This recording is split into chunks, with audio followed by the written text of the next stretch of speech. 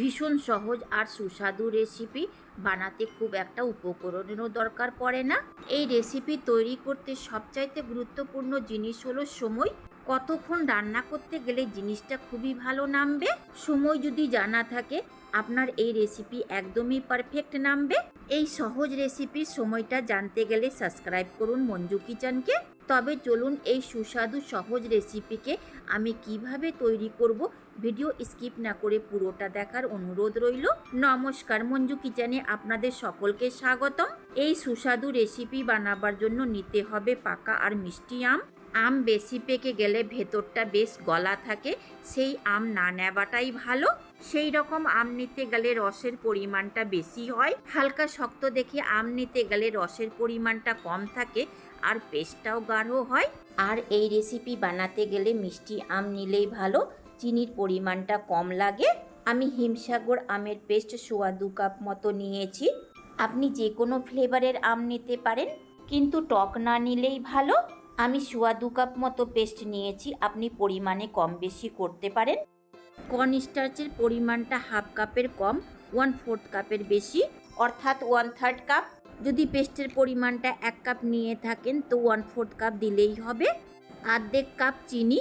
মিষ্টির পরিমাণটা স্বাদ মতো দিলে ভালো, বা আমে কতটা মিষ্টি আছে সেই পরিমাণ মতো দিতে হবে। চিনি যদি মোটা দানার থাকে তো পরিমাণে কম দিতে হবে, যেহেতু মোটা দানার চিনির মধ্যে মিষ্টির পরিমাণটা বেশি থাকে। তাই নিয়েছি 1 কাপ মতো দুধ।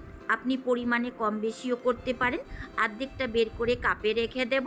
কাপের দুধটা আমে দেব, বাটির দুধটাতে দেব। কর্নস্টার্চ দিয়ে ভালোভাবে মিশিয়ে দিতে হবে।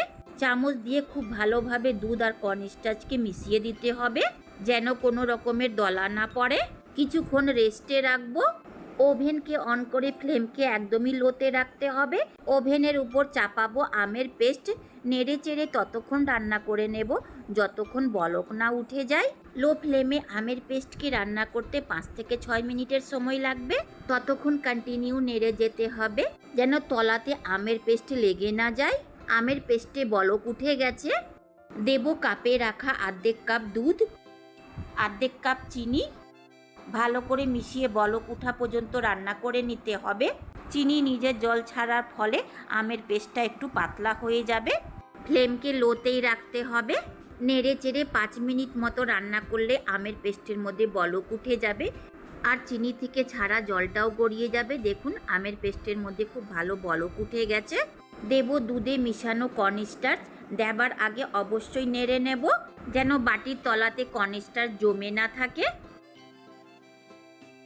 দেবার সাথে সাথে খুব দ্রুত নেড়ে মিশিয়ে দিতে হবে আর 15 মিনিট পর্যন্ত এক নাগাড়ে নেড়ে রান্না করে নিতে হবে। পুডিং রেসিপি 15 মিনিটের একটু বেশি রান্না করা যাবে, কিন্তু কম রান্না করতে গেলে পুডিংটা বার করতে গিয়ে ভেঙে যাবে আর জমাটটা খুব একটা ভালো হবে না।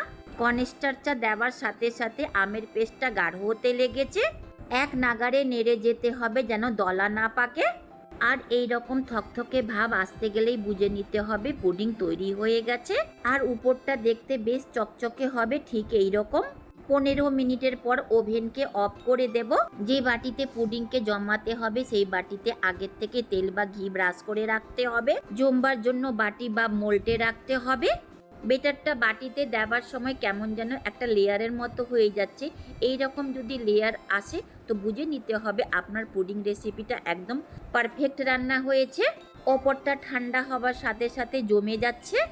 বাটিকে 2 হাত দিয়ে ধরে হালকা মতো ট্যাপ করে দিতে হবে, যেন ভেতরে কোনো বাতাস না থাকে। আর খুন্তি দিয়ে ওপরটা সমান করে দিতে হবে। পুডিং রেসিপি জমবার জন্য তৈরি আছে। খুব ভালোভাবে ঠান্ডা হয়ে যাবার পর 2 ঘন্টা মতো ফ্রিজে রেখে দেব।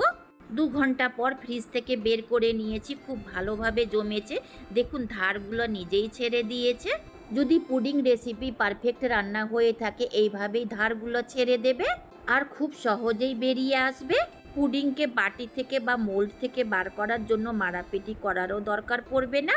এটা তৈরি করতে দুটো জিনিস মাস্ট, একটা কর্নস্টার্চ, দ্বিতীয় সময়। ঠিক পরিমাণ মতো কর্নস্টার্চ দিয়ে 15 মিনিট রান্না করতে গেলে পুডিং রেসিপি একদমই পারফেক্ট নামে। কোনো কিছু কম হতে গেলে পুডিংকে ডিমোল্ড করতে গিয়ে ভেঙে যাবে। দেখুন কত সহজে পুডিংটা বাইরে বেরিয়ে আসলো।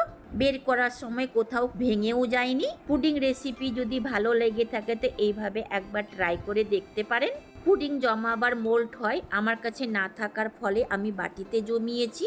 ওপর থেকে গার্নিশিং করে দেব পিসে কেটে নেওয়া আম দিয়ে। পুডিংকে যে বাটি বা মোল্ডে জমাবেন সাদা তেল না দিয়ে ঘি দিয়ে দেখুন, পুডিং রেসিপি খেতে দুর্দান্ত স্বাদ লাগে।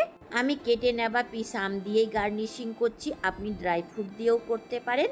দেখলেন তো পুডিং রেসিপি ঘরে থাকা জিনিস দিয়েই রান্না করলাম আর একদমই সহজভাবে। Pudding recipe agar agar powder দিয়েও তৈরি করতে পারেন।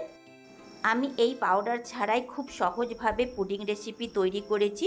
যদি আপনাদের ভালো লেগে থাকে লাইক শেয়ার সাবস্ক্রাইব করতে ভুলবেন না। পাশে আসা বেলকেও প্রেস করবেন, আমি যখনই কোনো নতুন ভিডিও আপলোড করব তার নোটিফিকেশান আপনি পাবেন। শেষ পর্যন্ত দেখার জন্য অনেক ধন্যবাদ।